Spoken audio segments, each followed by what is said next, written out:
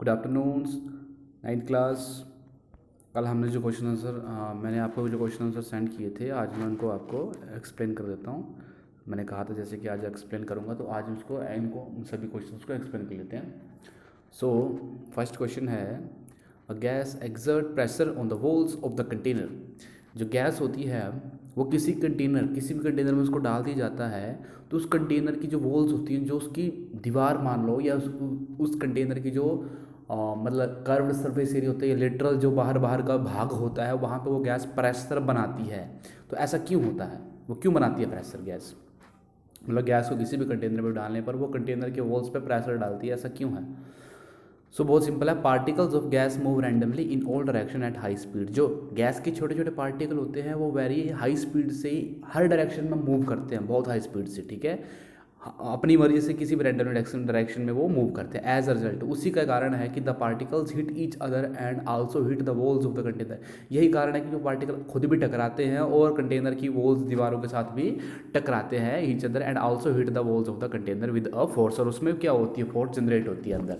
Therefore gas exerts pressure on the walls of the container. Therefore जो gas तभी तभी वो बोल रहा है कि तभी गैस जो है वो कंटेनर के वॉल्स में प्रेशर बनाती है। क्यों बनाती है? क्योंकि गैस के पार्टिकल बहुत हाई स्पीड में मूव करते हैं, खुद भी टकराते हैं और किसी फोर्स से कंटेनर के साथ भी टकराते हैं, और इसी तरह से, ठीक है, या प्रेशर बनाते हैं वो उसके वॉल्स में। अ wooden table should be called a solid. लकड़ी के टेबल को, लकड़ी के मेज को हम सॉलिड क्यों बोलते हैं, ठोस क्यों बोलते हैं? बिकॉज उसका एक फिक्स्ड शेप है और एक फिक्स्ड वॉल्यूम है, इसीलिए हम उसको क्या बोलते हैं, सॉलिड बोलते हैं। सॉलिड की यही तो करेक्टरिस्टिक्स है, क्योंकि solid have definite shape and definite volume. Solid का एक निश्चित आकार होता है और निश्चित घनत्व होता है, उसी को हम क्या बोलते हैं, उसी को हम क्या बोलते हैं, solid. Wooden table has fixed shape होती है and fixed volume which are the main characteristics of a solid. Thus a wooden table should be called a solid. इसलिए वुडन टेबल को एक सॉलिड ठोस कहा जाता है। We can easily move our hand in air, but to do the same through a solid block of wood, we need a karate expert। देखो बोल रहा है कि अगर हमें हवा में ही अपना हाथ इजीली घुमाना हो तो हम घुमा पाते हैं, लेकिन वही हाथ अगर हमें लकड़ी के टुकड़े में से घुमाना हो तो हमें कराटे क्यों सीखने पड़ते हैं, कराटे की जरूरत क्यों पड़ती है? तो सिंपल सी बात है बेटा, particles of air have large space between them। जो हवा के पार्टिकल होते हैं उनके पार्टिकल्स के बीच में बहुत ज़्यादा लार्ज स्पेस होता है, वो टाइटली पैक नहीं होते हैं, अपने आप में जुड़े नहीं होते हैं, फोर्स ऑफ अट्रैक्शन बहुत कम होती है उनकी, ठीक है। Particle of air have large space between them. On the other hand, दूसरी तरफ would has little space between its particle. और दूसरी तरफ लकड़ी में जो होता है उनके पार्टिकल्स, लकड़ी के पार्टिकल के बीच में बहुत कम स्पेस होता है, ठीक है। आल्सो इट इज रिजिड मतलब ठोस होता है वो, ठीक है। फॉर दिस रीजन, यही कारण है कि we can easily move our hand in air. यही कारण है कि हम हवा में अपने हाथ को जल्दी घुमा पाते हैं, but to do the same through a solid block. लेकिन यही हमें लकड़ी में घुमाने के लिए, यही हाथ हमें लकड़ी में से घुमाने के लिए हमें कराटे सीखना पड़ता है, या कराटे एक्सपर्ट की जरूरत पड़ती है। नेक्स्ट है, liquid generally have lower density as compared to solid, but you must have observe that ice floats on water, find out why. देखो क्या बोल रहा है, लिक्विड्स की जो डेंसिटी होती है, घनत्व, ठीक है, लिक्विड्स की जो डेंसिटी होती है, घनत्व होता है, वो कम होता है किससे, ठोस से, सॉलिड से, ठीक। घनत्व कम होता है किससे, ठोस से। But you must have observe that ice floats on water. लेकिन आपने ये भी ऑब्जर्व किया कि जो बर्फ वो पानी में तैरता है, आप घर में ऑब्जर्व कर लें इसको, बर्फ जो पानी में तैरता है, फाइंड आउट हुआ ये क्यों होता है। तो आंसर देखिए, ice which is solid, ice जो है वो एक जो कि ठोस है, has vacant spaces between water molecules. उस आइस में क्या होते हैं, अंदर वैकेंट स्पेस बच गया। देखो आइस के छोटे छोटे पार्टिकल होंगे, उन छोटे छोटे पार्टिकल्स के बीच में वैकेंट स्पेस होगा, ठीक है। दस making ice lighter than water. इसीलिए जो आइस है वो क्या हो जाता है बेटा, पानी से हल्का हो जाता है। दस आइस फ्लोट्स ऑन वाटर, इसी कारण वो पानी में करता है, फ्लोट करता है, क्योंकि पानी जो है वो आइस के अंदर तो जा नहीं पाता होते हैं, अगर खाली रहता है तो उनकी डेंसिटी थोड़ी बढ़ जाती है और वो उसके ऊपर तैरता है, ठीक है। नेक्स्ट है, convert the following temperature to Celsius scale. देखो अब केल्विन टू सेल्सियस स्केल में आपने क्या करना है, कन्वर्ट करना। तो एक ही तरीका है, जब आपने केल्विन से सेल्सियस स्केल में उसको कन्वर्ट करना, मतलब ऐसे याद रखना, के टू सी, K2C, के सी याद रखना आपने। जब के करना हो आपने तब आपको उस जो गिवन नंबर होता है उससे 273 माइनस करना होता है। कितना माइनस करना होता है? 273 माइनस करना होता है। वो किस में चेंज हो जाएगा आपका? डिग्री सेल्सियस में जाएगा। 300 से 273 डिग्री सेल्सियस माइनस कर दो तो 27 डिग्री सेल्सियस बचेगा। नेक्स्ट में भी सेम है, 573 से 273 माइनस कर दो। के याद रखना, के में माइनस होता है, ठीक है। के की केस में माइनस होता है, मतलब केल्विन टू सेल्सियस में माइनस होता है, ठीक है। नेक्स्ट है, what is the physical state of water at 250 degree Celsius. बोले 250 डिग्री सेल्सियस में पानी कैसा होगा, ठीक है, या पानी की जो स्टेट होगी, ठीक है, या पानी की जो अवस्था होगी वो क्या होगी। तो देखो पानी 100 डिग्री सेल्सियस में तो पानी करता है बेटा, बॉईल करना शुरू हो जाता है, ठीक है। तो 250 डिग्री सेल्सियस में क्या होगा, तो बचेगा ही थोड़ी ना, वो तो कुछ भी नहीं बचेगा पानी का। वो क्या होगा, पूरी तरह से इवेपोरेट हो चुका होगा, गैसियस स्टेट में होगा, ठीक है। तो gaseous state as boiling temperature of the water is 100 degree Celsius. हमें पता है कि 100 डिग्री सेल्सियस में अगर पानी उबल जाता है तो 250 डिग्री सेल्सियस में तो क्या हो जाएगा बेटा, वो 250 डिग्री सेल्सियस में क्या हो जाएगा, वो गैस स्टेट में चेंज हो जाएगा। 100 डिग्री सेल्सियस में क्या होगा बेटा, तो since water boils at this temperature thus it can exist in both liquid and gas form. देखो इस टेम्परेचर में जो पानी है वो उबलना शुरू हो जाता है और उसके वेपर बनना भी शुरू हो जाता है, पानी हवा में उड़ना भी शुरू हो जाता है। तो इस स्टेज में पानी लिक्विड भी, आप लिक्विड में भी उसको फाइंड आउट, लिक्विड में भी होगा इस अवस्था में और गैसियस अवस्था में भी मिल जाएगा। At this temperature after getting the heat equal to the latent heat of evaporation water start changing from liquid states to gaseous state, ठीक है। नेक्स्ट है, for any substance why does the temperature remain constant during the change of state. बोल रहा for any substance, किसी भी पदार्थ के लिए why does the temperature remain constant, constant तो एक जैसा, कि क्यों जो तापमान है वो एक जैसा ही रहना चाहिए during the change of state, जब उनकी अवस्था चेंज हो रही हो, स्टेट उस पदार्थ की चेंज हो रही हो। तो आंसर देखेंगे during the change of state, जब किसी भी पदार्थ की जो अवस्था है वो चेंज हो रही होती है, ऑफ एनी सब्सटेंस, किसी भी सब्सटेंस की, द हीट सप्लाइड और release is utilised in phase change, so such heat is called latent heat. So the temperature of any substance remain constant during the change of state. अब देखो इस question का simple answer क्या है। अब देखो पानी उबल रहा है, ठीक है।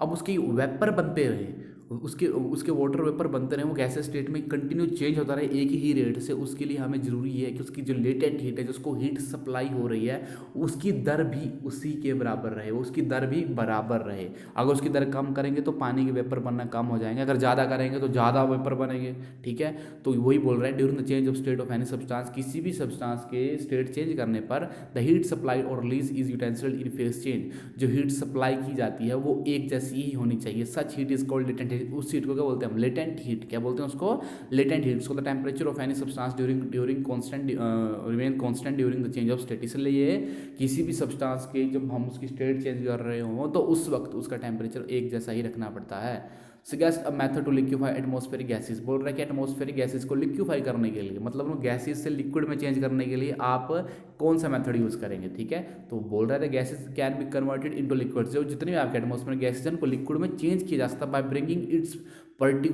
particle closer, so atmospheric gases can be liquefied either by decreasing temperature or by increasing the pressure। देखो सीधी सी बात है, जो एटमॉस्फेयर में गैसेज है उनको आप लिक्विड में चेंज कर सकते हैं, तरल में चेंज कर सकते हैं by bringing its particle closer, उनके पार्टिकल को नजदीक लाके। So atmospheric gases can be liquified, तो क्यों जाएंगे वो लिक्विफाइड हो जाएंगे, either or by decreasing temperature, उनको टेम्परेचर कम कर देंगे, और बाय इंक्रीजिंग प्रेशर, और प्रेशर बढ़ा देंगे, तब भी जो आपकी गैसेज है वो एटमॉस्फेयर से गैसियस स्टेज से लिक्विड स्टेज में चेंज जाएंगी। Why does a desert cooler cool better on a hot dry day. बोल रहा है why does a desert cooler cool better on a hot dry day.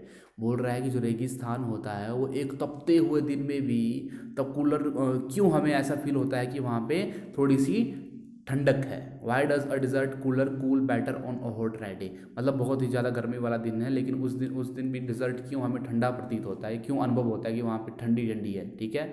तो क्यों होता है ऐसा, तो a desert cooler increase the humidity of the surrounding area. The desert cooler increase the humidity of the surrounding air. The water particles in the air take the heat from the surrounding object and evaporate. In hot and dry days, the moisture level is very low in the atmosphere, which increase the rate of evaporation. Because of faster evaporation, the cooler works well. That's why desert cooler cool better on a hot dry day. देखो simple सी बात है बेटा, जब question आपसे ये पूछ रहा है कि बहुत ही तपते हुए दिन में भी डिज़र्ट में क्यों हमें ठंड का एहसास होता है। तो सीधी सी बात है कि जब देखो desert cooler increases the humidity the of the surrounding area, ठीक है। देखो सीधी सी बात, जब बहुत गर्मी होती है ना तब सभी जगह से बहुत ज़्यादा गर्म मतलब गर्मी उठती है डिज़र्ट में, जितने भी पानी के वहाँ पे रिसोर्सेज होते हैं वहाँ से इवेपोरेशन शुरू हो जाती है। जब इवेपोरेशन की जो पार्टिकल वहाँ से निकलते हैं हमारे एटमॉस्फेयर में, तो अगर अगर हम उन इवेपोरेट होते हुए पार्टिकल्स के बीच में आएंगे तो हमें क्या ठंडक महसूस होगी, क्योंकि उस गर्म हवा में भी कहीं ना कहीं पानी जो है वो किस फॉर्म में है, गैसियस स्टेट में है। और इवेपोरेशन लीड्स टू कूलिंग, जहाँ जहाँ इवेपोरेशन होती है वहाँ वहाँ थोड़ी ठंडक भी होती है, ठीक है। तो यही है इस क्वेश्चन का आंसर।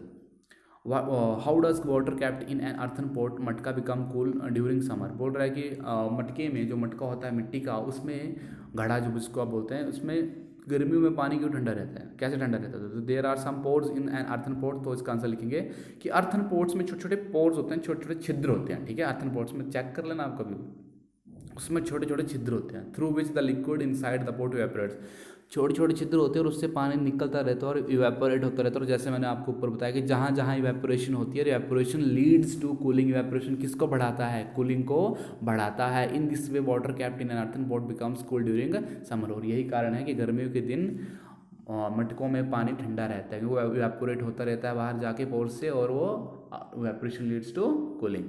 नेक्स्ट है, why does our palm feel cold when we put some acetone or petrol or perfume on it. हम अपनी हथेली में कभी भी पेट्रोल रखते हैं या एसीटोन रखते हैं या परफ्यूम रखते हैं तो हमें ठंडी ठंडी क्यों फील होती है बेटा।